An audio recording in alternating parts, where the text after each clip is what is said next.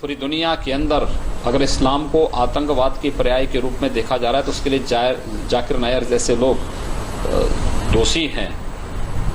मैं कहना चाहता हूं आम नागरिकों से कि पॉलिटिशियन के बहकावे में मत आओ, आपस में झगड़ा मत करो। हिंदू मुस्लिम साथ में रहना चाहिए। जैसा मैंने कल कहा था, मजहब नहीं सिखाता आपस में बैर रखना। हिंदी है, हम वतन है हिंदुस्तान हमारा, क्यों आपस में झगड़ा करते? पॉलिटिशियन के बहकावे में मत आओ। मैं ये कहना चाहता हूं, जो भी जिम्मेदार है आतंकवादी हमले के, उसको पकड़ो, सजा दो। मैं आपकी मदद करूंगा, मुसलमान से कहूंगा मदद करो। इस्लाम के अंदर अगर कोई आतंकवाद है उसको मिलना चाहिए सजा है मौत। मैं सख्त लॉ के फेवर में हूं, लेकिन ये कहना चाहता हूं, आप टाडा लेके पोटा लेके, पोटा लेके मकोका लेके, मैं आपके साथ हूं। लेकिन अगर कोई बेगुनाह को कोई मकोका में डालता है और अगर 6 महीने बाद 1 साल बाद साबित होता है बेगुनाह, पुलिस ऑफिसर को अंदर डालो।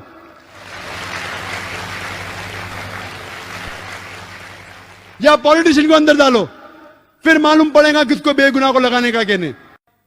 और हम सब हिंदुस्तानी, चाहे हिंदू हो या मुसलमान हो, हम में डिफरेंस हो सकता है, हम में कुछ बात पे इख्तिलाफ हो सकता है, लेकिन आपस में झगड़ा नहीं करना चाहिए, आपस में एक दूसरे की जान नहीं लेना चाहिए। हम साथ हैं तो इंशाअल्लाह सब मजहब सिखाता है कि कोई बेगुनाह को कत्ल नहीं करना चाहिए, फिर ही ये आतंकवादी फोर्स इस देश को छोड़ पाएंगे। कृष्ण गोपाल सिंह, पत्रकार।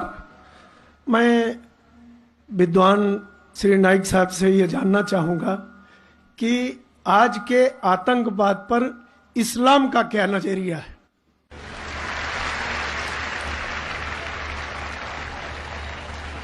भाई साहब ने सवाल किया है कि आज के आतंकवाद पर इस्लाम का क्या नजरिया है, और मैंने एक तकरीर की है अंग्रेजी में भी, इज टेररिज्म मुस्लिम मोनोपोली, और पूना में भी उर्दू में, हिंदी में। क्या आतंकवाद मुसलमान की विरासत है?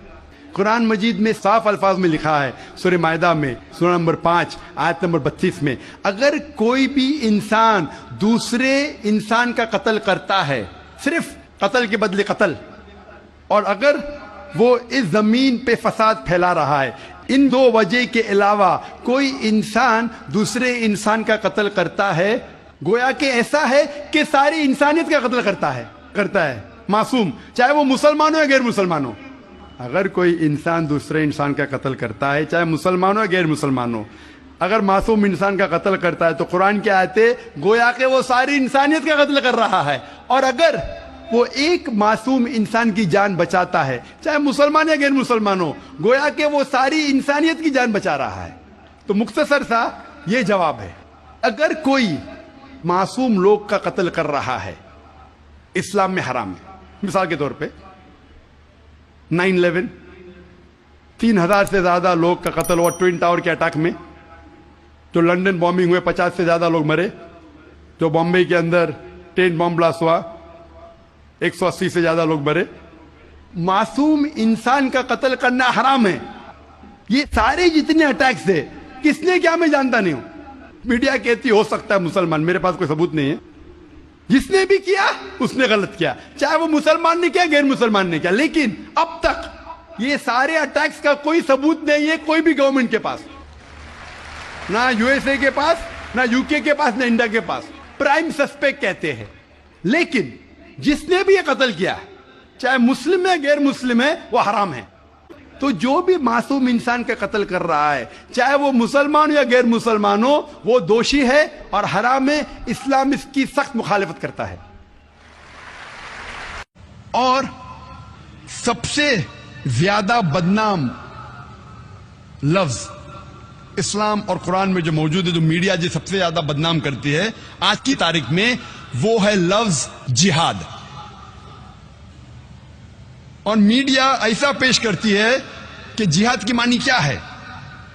मीडिया कहती है कि जिहाद मतलब कोई भी मुसलमान जब जंग करता है कोई भी वजह से, चाहे अपनी जाती वजह हो, चाहे पैसे के लिए हो, चाहे पावर के लिए हो, चाहे ताकत के लिए हो, चाहे इलाके के लिए हो, کوئی بھی وجہ سے اگر مسلمان لڑتا ہے اسے کہتے ہیں جہاد. اور یہ غلط فہمی صرف غیر مسلمانوں میں نہیں کئی مسلمانوں میں بھی ہے. میڈیا اسے اتنا عام کر چکا ہے کہ غیر مسلمان تو چھوڑو, آج کل اکثر مسلمان بھی سمجھنے لگے ہیں کہ اگر کوئی مسلم لڑتا ہے کوئی بھی وجہ سے, چاہے ذاتی وجہ ہو, چاہے پیسے کے لیے ہو, چاہے پاور کے لیے ہو, چاہے علاقے کے لیے ہو, اسے کہتے ہیں جہاد. جہاد کی معنی بالکل نہیں ہے. جہاد آتا ہے عربی لفظ جہادہ سے, جس کے معنی ہے جد و جہد, ٹو اسٹرائیو. جہاد مینس ٹو اسٹرگل. اور اسلامک شریعت اس کی معنی ہے کہ جب ایک انسان اپنے نفس کے خلاف جد و جہد کرتا ہے اللہ سبحانہ و تعالیٰ کے احکامات پہ عمل کرنے کے لیے, اسے کہتے ہیں جہاد. یہ افضل جہاد ہے. جہاد کے معنی ہے جد و جہد. اور اسلامک پس منظر میں اگر ایک مسلمان یا کوئی انسان اپنے نفس کے خلاف جد و جہد کر رہا ہے اللہ سبحانہ و تعالیٰ کے احکامات پہ عمل کرنے کے لیے, اسے کہتے ہیں جہاد. اگر ایک انسان جد و جہد کر رہا ہے معاشرے کو سدھارنے کے لیے, اسے کہتے ہیں جہاد. اگر ایک انسان میدان جنگ میں ظلم کے خلاف جد و جہد کر رہا ہے, اسے کہتے ہیں جہاد. اگر ایک انسان حق کے لیے اپنی جان بچانے کے لیے میدان جنگ میں ان سیلف ڈیفنس اگر جد و جہد کرتا ہے, اسے کہتے ہیں جہاد. جہاد کی معنی ہے جد و جہد. It means to strive and struggle. جد و جہد کرنا. عام طور پہ اگر ایک طالب علم, ایک اسٹوڈنٹ ایگزامینیشن میں پاس ہونے کے لیے جد و جہد کر رہا ہے, اسے بھی کہتے ہیں جہاد. یہ عام جہاد ہے. جو پہلے 4 معنی میں نے کہا وہ جہاد فی سبیل اللہ, اللہ کے راہ میں جہاد کرنا. جہاد کئی قسم کے ہیں. جد و جہد کرنے کو کہتے ہیں جہاد, لیکن اللہ کے احکامات پہ عمل کرنے کو کہتے ہیں جہاد فی سبیل اللہ. میڈیا اکثر جہاد کا ترجمہ کرتی انگریزی میں ہولی وار, پاک جنگ. جب ہم ہولی وار کو عربی میں ترجمہ کرتے ہیں پاک جنگ, عربی میں سے کہیں گے حرب مقدسہ. آپ ساری آیت قرآن مجید کے پڑھیے, ساری حدیث پڑھیے, کدھر بھی قرآن یا صحیح حدیث میں نہیں لکھا ہے حرب مقدسہ, پاک جنگ, ہولی وار. یہ میڈیا کہتی ہے جہاد کے معنی ہولی وار. اور جب تحقیق کرتے پتہ لگتا ہے یہ الفاظ ہولی وار سب سے پہلے استعمال کیا گیا تھا عیسائی کروسیڈرز کے لیے. جب عیسائی کروسیڈرز عیسائیت کے نام پہ ہزاروں انسانوں کا قتل کر رہے تھے, اسے کہا گیا تھا ہولی وار. اور آج استعمال کیا جا رہا ہے مسلمانوں کے لیے. یہ ہے میڈیا کا پاور.